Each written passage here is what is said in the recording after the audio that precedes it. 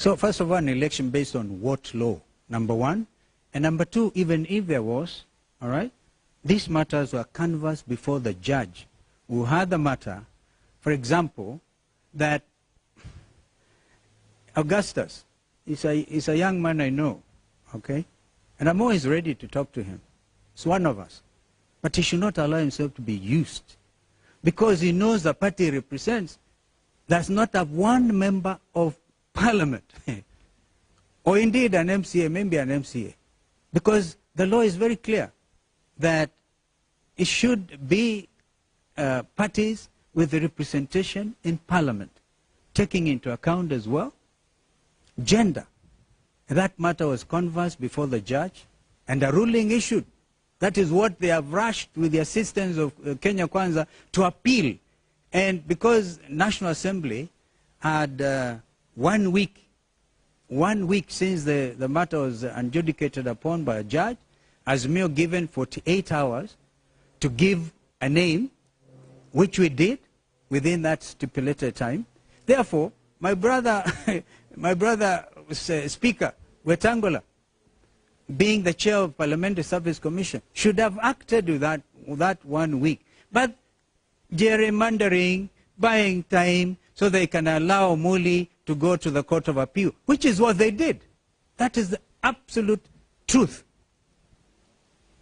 And if Muli as any member of parliament, his party as a member of parliament, then we will also hear.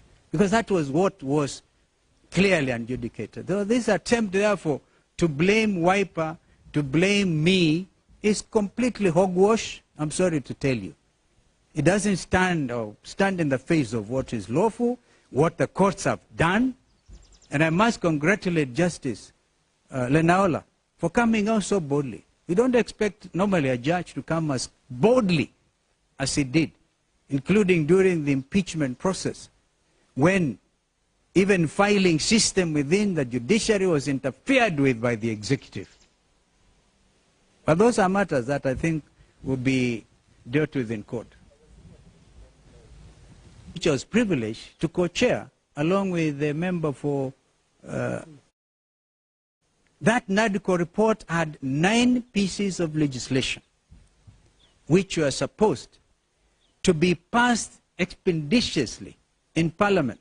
In fact, the speed with which they impeached Gachagua could have been employed, I've said that before, to implement the recommendations of NADCO. The appointing authorities were 2, William Ruto and Raila Odinga. I was answerable to Raila Odinga, but we gave the report to both of them. And then one morning, I'm called and told, go to, they are signing the IEBC now, because that one at least went through, yeah, the Amendment Act to IEBC. One would have expected they amend it when they said, okay, we have now signed into law the Amendment Act of IEBC, that they were going now to move with speed. But instead, putting all manner of clogs and showing political bad faith. That is what I can call it. In fact, my worry now is what happens, because Raila and William Ruto are supposed to consort and agree on who becomes the chairperson of IEBC. We made it so easy for my friend Raila Odinga. I hope he can stand strong and act for once in the best interest of Azimio.